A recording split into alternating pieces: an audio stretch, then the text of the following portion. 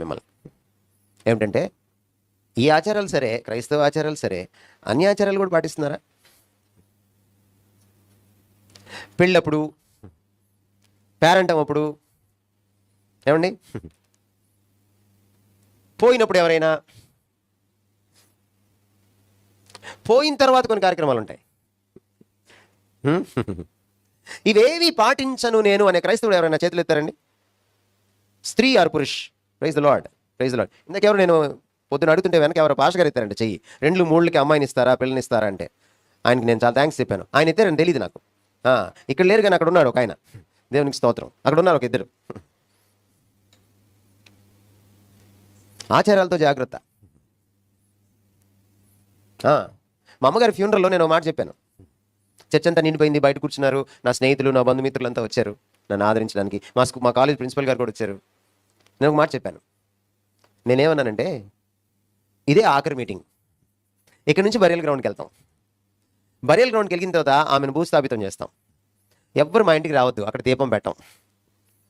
Number 1. Number 2, అక్కడ bucket పెట్టాం, నీళ్ళు కడుక్కోవాల్సిన, చేతులు కాళ్ళు కడుక్కోవాల్సిన పని లేదు.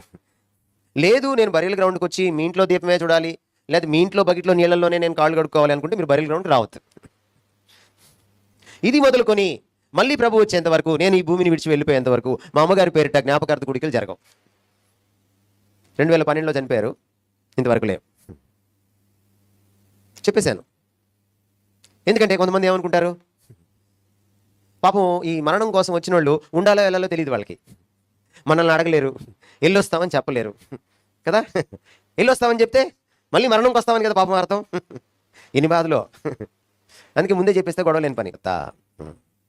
కొంతమంది ఏమనుకుంటారంటే, ఈ ఆచారాలు పాటించకపోతే ఏదో అనర్థం వచ్చి పడుతుంది. మీకు దానికి ఆన్సర్ ఇచ్చేశాను మొన్నే. యేసుప్రభు వారు వీటన్నిటిని జయించేశారు. ఈ క్రైస్తవం నుంచి మనం బయటకు రావాలి. యేసుక్రీస్తు వారు ఇంకా ఏం చెప్తున్నారో చూడండి. Traditional Christianity is not word centric.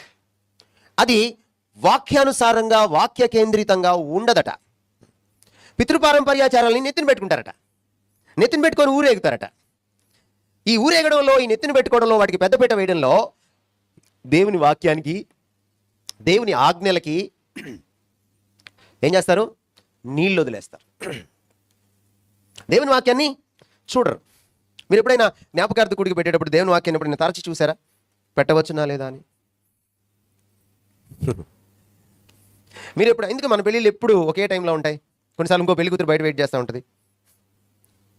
ఆ రోజు చేసుకోవాలి.